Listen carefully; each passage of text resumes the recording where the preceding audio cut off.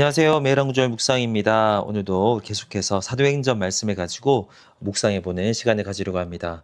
9장 19절에서 22절입니다.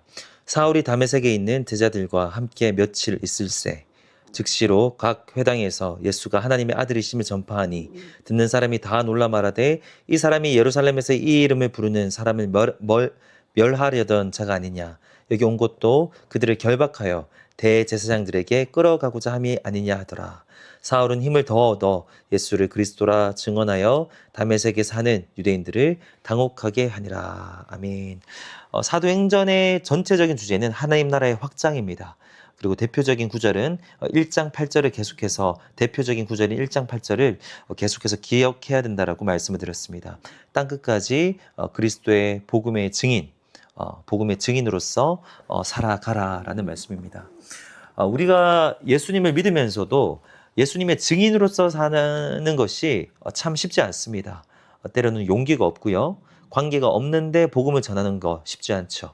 또 이렇게 말해요. 관계가 있으면 그 관계가 있기 때문에 또 복음을 전하는 게 어렵다라는 거예요.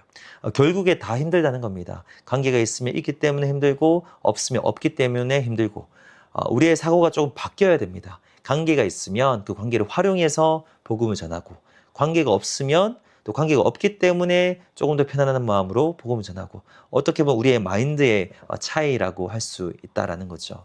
오늘 본문에서 사도 바울의 복음 전도를 통해서 우리가 도전을 받으면 좋겠습니다. 두 가지 도전을 받으면 좋겠습니다.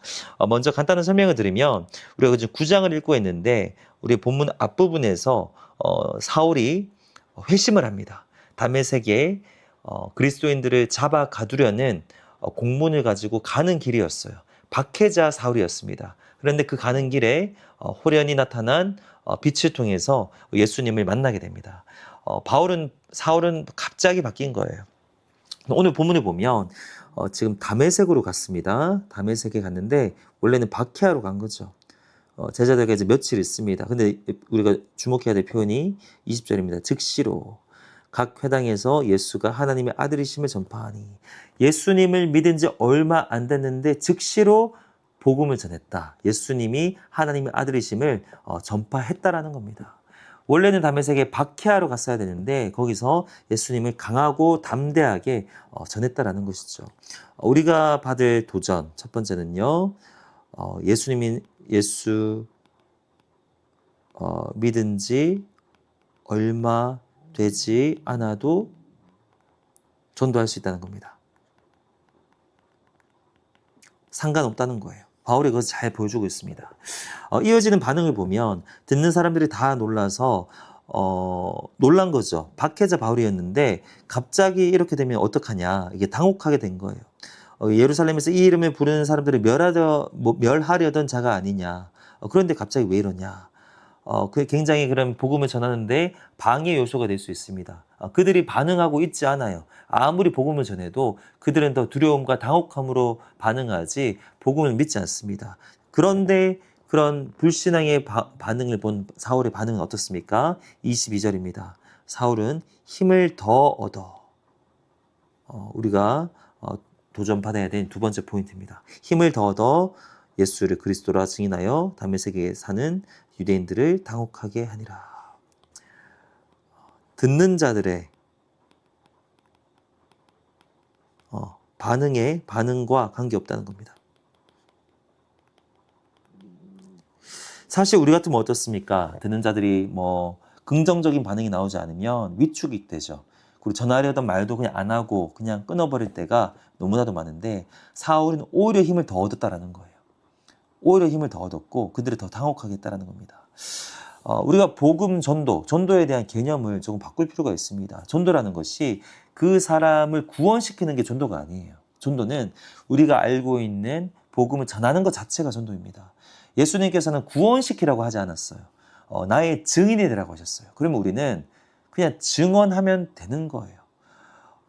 오늘 말씀해 보면 22절 예수를 그리스도라 증언하여 바울은 자기가 할 도리를 다 한 겁니다. 나머지는 성령께서 하시는 것이지 그들의 반응이 조금 당혹하게 된 듯 그들이 좀 두려움으로 반응하듯 큰 상관이 없다라는 거예요. 오늘 이 말씀에 우리가 도전받으면 좋겠습니다. 사울은 예수 믿은 지 얼마 되지 않았는데 전도했습니다. 그러면 우리도 할 수 있다라는 거죠. 그리고 사울은 듣는 자들의 반응에 관계없이 오히려 힘을 더 얻어서 예수를 그리스도라 증언했습니다. 너무 듣는 자들의 반응과 관계할 필요는 없다라는 거예요. 증언하면 그것 자체가 전도이기 때문에.